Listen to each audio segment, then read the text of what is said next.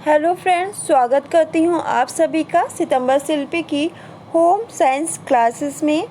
Friends, यहाँ पे आपको टीजीटी, पीजीटी की, एलटी ग्रेड की, आईपीसी फर्स्ट ग्रेड की, DSSB की, ठीक है, नेट और जेआरएफ की होम साइंस क्लासेस दी जाती हैं, ठीक है।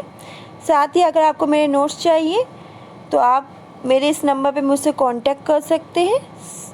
साथ ही मेरे यहाँ ऑफलाइन बैच भी चलते हैं टीजीटी, पीजीटी, नेट के, ठीक है, आईपीसी फर्स्ट ग्रेड के, DSSB के। तो जिसको ज्वाइन करना है वो इस नंबर पे व्हाट्सअप करे या इस नंबर पे मुझे कॉल करके एडमिशन ले सकता है।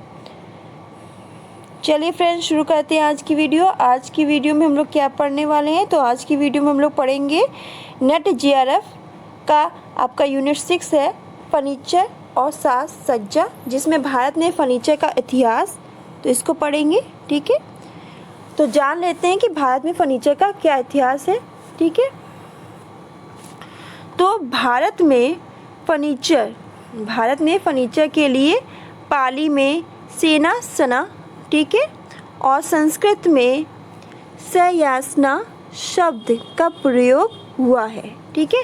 तो भारत में इन शब्दों का प्रयोग हुआ है फर्नीचर के लिए, ठीक है।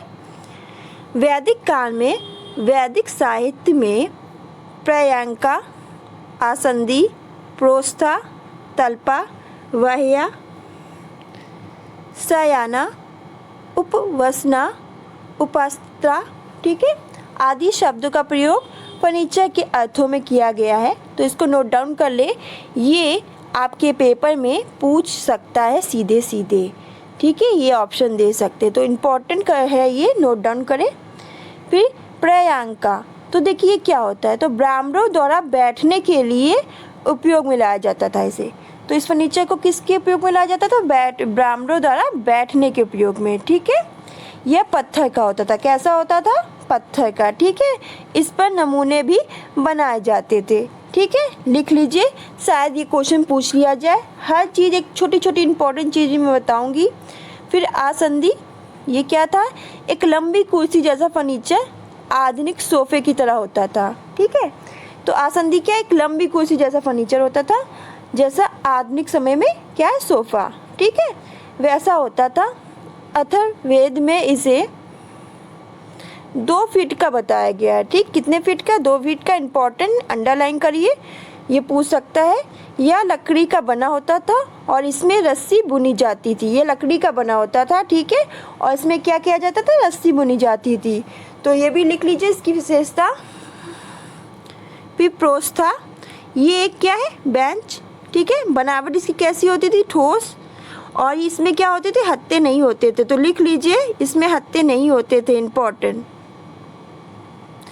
तल्पा, वह्या, शयाना, ठीक है, तो ये क्या है, शब्द पलंग या कोच को अभिव्यक्त करता है। तो ये शब्द किसको, पलंग को या कोच को प्रकट करते हैं, ठीक है। तो ये इंपॉर्टेंट पूछ सकता है, ठीक है, कि ये शब्द किसको प्रकट करते हैं, अभिव्यक्त करते हैं, तो पलंग या कोच को, ठीक है। फिर उपावसना और उपासस्त्रा, तो इसमें बैठने के उपयोग के लिए किया जाता था। इस फर्नीचर का उपयोग किसके लिए किया जाता था, बैठने के उपयोग के लिए, ठीक है। फिर सूत ग्रंथों में क्या मिलता है इतिहास, ठीक है। तो आसंदी में क्या होते थे, 4 पाँव होते थे, ठीक है, जो मूजा घास द्वारा बुने जाते थे, लिख लीजिए। जो सूत्र ग्रंथों में जो इतिहास मिलता है फर्नीचर का, जो उल्लेख मिलता है, उसमें बताया गया है कि आपके जो आसंदी है, ठीक है, उसमें 4 पाँव होते थे जो मूजा घास द्वारा बुने जाते थे, किसके द्वारा, मूजा घास द्वारा, ठीक है। पाणिनि ने अपने ग्रंथ अष्टाध्यायी में पलंग को शैया, खटिया को खरपा, कांच को पर्यंका, शाही पत्थर को आसंदी, बैठक, समान बैठक को विष्टा, पहिएदार कुर्सी का परपा के रूप में उल्लेख किया है। तो ये सब लिख लीजिए, इंपॉर्टेंट है, पूछ सकता है, यहीं से क्वेश्चन बनते हैं आपके नेट में।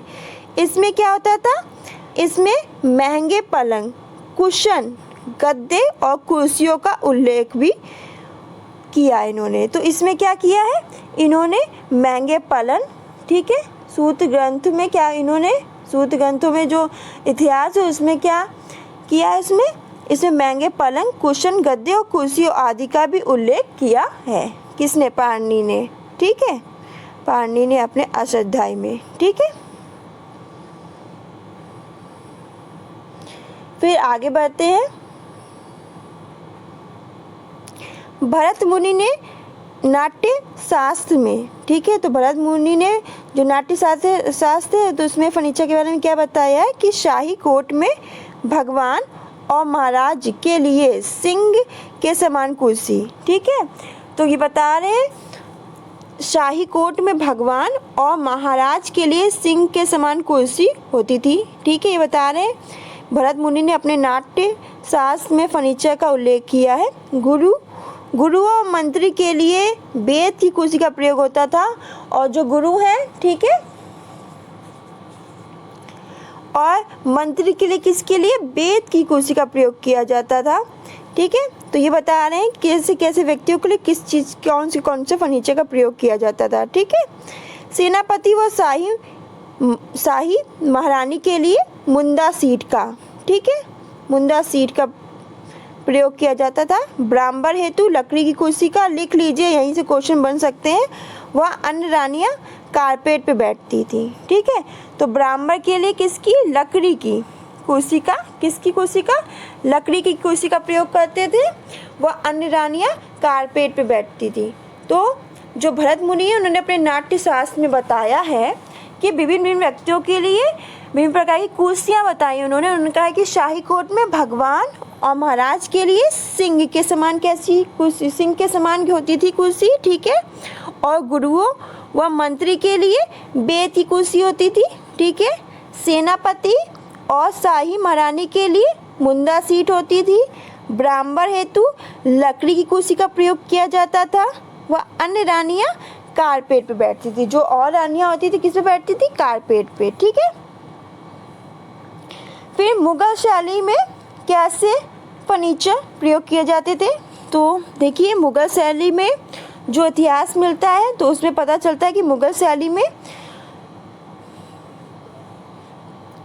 टेबल और लेखन डेस्क प्रमुख फर्नीचर हुआ करता था। तो मुगल शैली में टेबल और लेखन जो डेस्क था, लिखने का लेखन डेस्क प्रमुख फर्नीचर हुआ करता था। इसका उपयोग किस कार्य में किया जाता था, लेखन कार्य में, ठीक है। कठोर लकड़ी या हाथी दांत से बनी व सजी हुआ करती थी, ठीक है। तो ये टेबल और लेखन डेस्क किसकी बनी होती थी, कठोर लकड़ी या हाथी के दांत से बनी व सजी हुआ करती थी। इसी समय दक्षिण भारत में गोइनी शैली में निर्मित अलमारियाँ प्रमुख थी, लिख लीजिए, ये इम्पोर्टेंट। तो इसी समय क्या था मुगल शैली में, तो इसी समय दक्षिण भारत में गोइनी, ठीक है, गोइनी शैली में निर्मित अलमारियाँ प्रमुख थी। इन फर्नीचरों पर पुर्तगाली का प्रभाव था। तो इन फर्नीचरों पर किसका प्रभाव था, पुर्तगाली का प्रभाव था, ठीक है। तो ये इम्पोर्टेंट है। उसके बाद आपका ब्रिटिश काल आता है। तो ब्रिटिश काल में कैसा फर्नीचर चलता था, तो ब्रिटिश काल में फर्नीचरों में मिश्रित यूरोपीय शैली का प्रभाव था। जो ब्रिटिश काल है उसमें क्या था, फर्नीचर में मिश्रित यूरोपीय शैली का प्रभाव था। इसके बावजूद भारतीय उत्पादों से निर्मित, ठीक है, कुर्सी, टेबल, सामान रखने की अलमारी व अन्य सामान आदि प्रमुख थे। तो ब्रिटिश काल में फर्नीचर में मिश्रित यूरोपीय शैली का प्रभाव था, यहाँ से क्वेश्चन बन सकता है, ठीक है। और इसके बावजूद भारतीय उत्पादों, तो इसके बावजूद भी भारतीय उत्पादों से निर्मित कुर्सी, टेबल, सामान रखने की अलमारी व अन्य सामान आदि प्रमुख थे, ठीक है। ये भारतीय कठोर लकड़ी व घास के बने होते थे। तो ये जो फर्नीचर होते थे वो भारतीय कठोर लकड़ी के और घास से बने होते थे, लिख लीजिएगा, ये विशेषता है। कड़े होते थे, मजबूत होते थे, ठीक है, और इनका उपयोग कहाँ किया जाता था, सरकारी कार्यालयों और घरों में होता था। कहाँ होता था? सरकारी कार्यालयों में होता था और घरों में होता था। वर्तमान में भी ब्रिटिश फर्नीचर का प्रचलन है और आज के युग में मतलब ये जो चल रहा है प्रेजेंट में भी, ठीक है, ब्रिटिश फर्नीचर का प्रचलन है। ठीक है, तो ये था भारत में फर्नीचर का इतिहास। आप लोग फिर से देख लीजिए, ये इतना जो जो इम्पोर्टेंट था मैंने पढ़ा दिया है। ठीक है, इसको नोट डाउन कर लीजिएगा, क्वेश्चन यहीं से बनेंगे।